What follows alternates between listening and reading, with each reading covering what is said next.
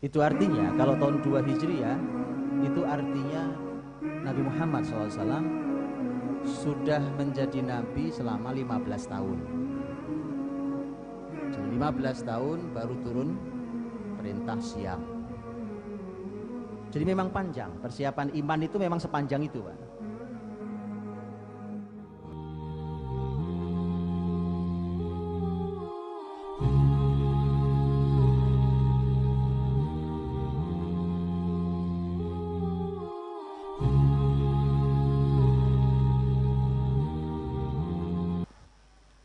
Mengawali Ramadan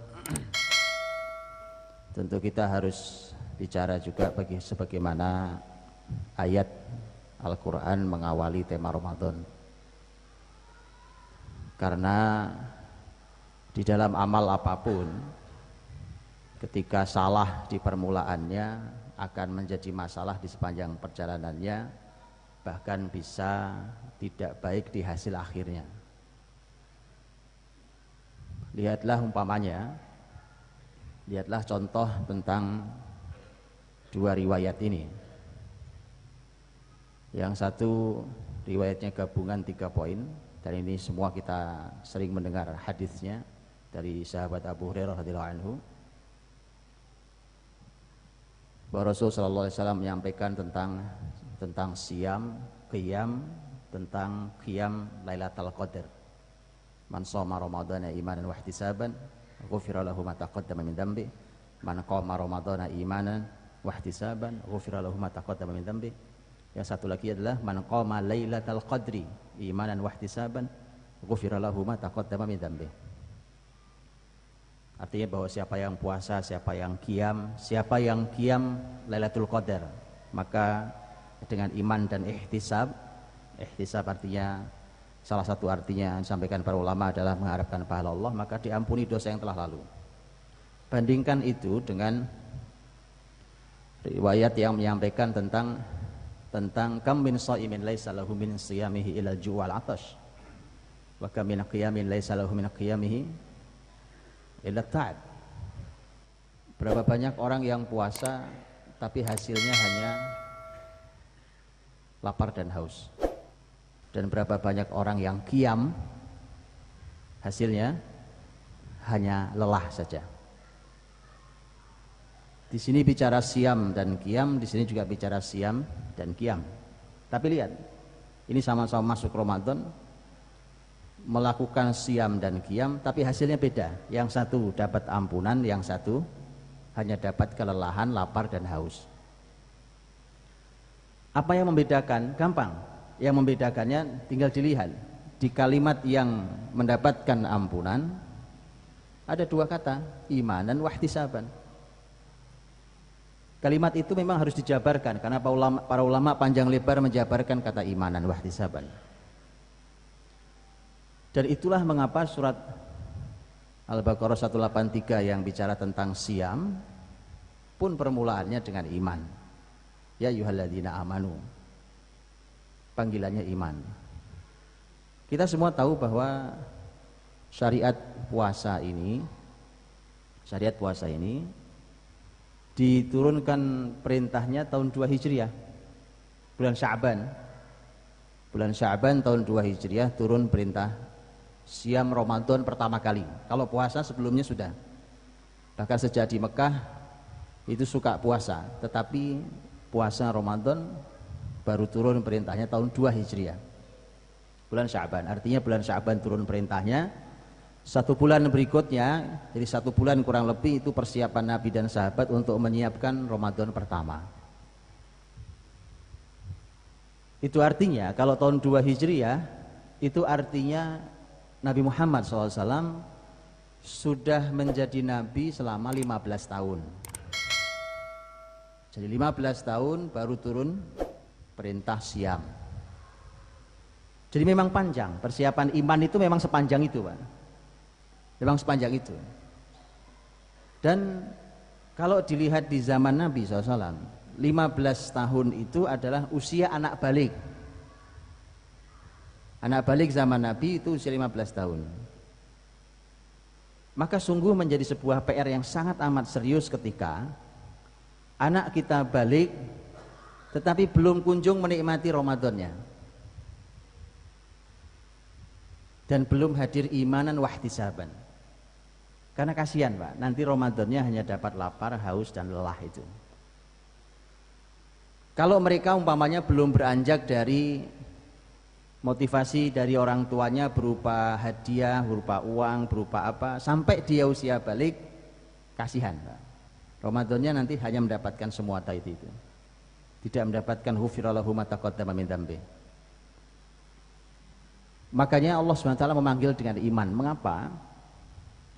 Karena ketika didalami baik ayat ataupun hadis Nabi tentang Ramadan, sebenarnya terlihat bahwa Ramadan itu sebenarnya berat Pak.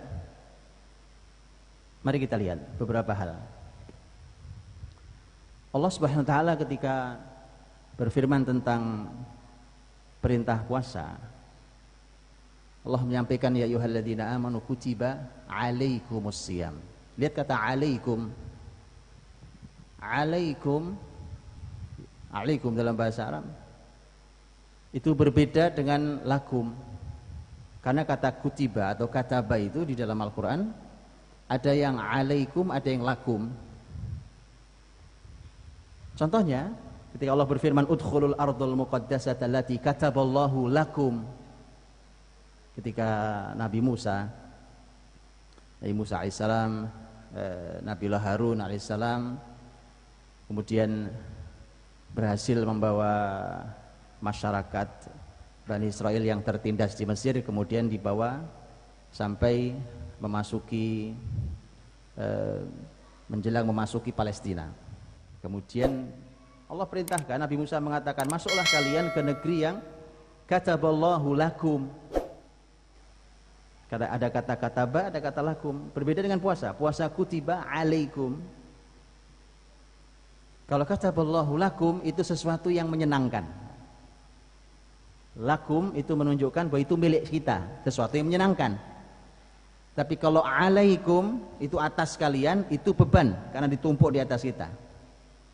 Dan silakan dicari dalam Quran menggunakan kata kataba lakum, kataba alaikum dan seterusnya. Walaupun nanti ada yang kataba alaikum itu artinya adalah memang seperti contohnya adalah kataba rabbukum ala nafsihi rahmah, di mana Allah mewajibkan bagi dirinya kasih sayang. Jadi artinya Allah wajib menyayangi siapapun. Nah, hadirin rahmati Allah. Jadi ketika menggunakan kata alaikum itu, maka memang ingin diberikan sebuah isyarat bahwa sebenarnya Ramadan ini berat, Pak. Berat. Kemudian lihat kata setelahnya. Ya kutiba alaikumusiyam kama kutiba alal ladzina min qablikum la'allakum tattaqun. Di ayat berikutnya lihat, ketika Allah berfirman ayyaman ma'dudat. Di Quran itu ada ma'dudat, ada ma'dudah. Contohnya dalam kisah Nabi Yusuf alaihissalam. Kisah Nabi Yusuf alaihissalam ketika Nabi Yusuf dibuang sama saudaranya ke sumur itu, kan ditemu sama kafilah dagang yang lewat, dibawa. Kemudian mereka mengatakan, ya busra hadza gulam, wah ini kabar gembira nih, ada anak kecil. Ternyata mereka jual di pasar. Begitu mereka jual di pasar, Quran mengatakan Yusuf yang kecil itu dijual di pasar Mesir. Quran mengatakan wasyarauhu bitsamanin bakhsin darahima ma'dudatin, ma'dudah. Akar katanya sama tapi yang berbeda, ada bedanya. Mereka menjual Yusuf itu dengan beberapa dirham yang sedikit. Di dalam ilmu bahasa Arab berbeda antara ma'dudah dengan ma'dudat.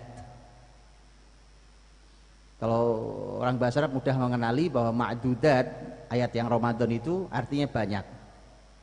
Tetapi justru untuk benda atau artinya sesuatu yang bukan makhluk hidup, bukan sesuatu yang berakal maksudnya, itu kalau dijamakkan itu artinya malah sedikit. Kalau dibentukkan jamak artinya malah sedikit. Apa maksudnya?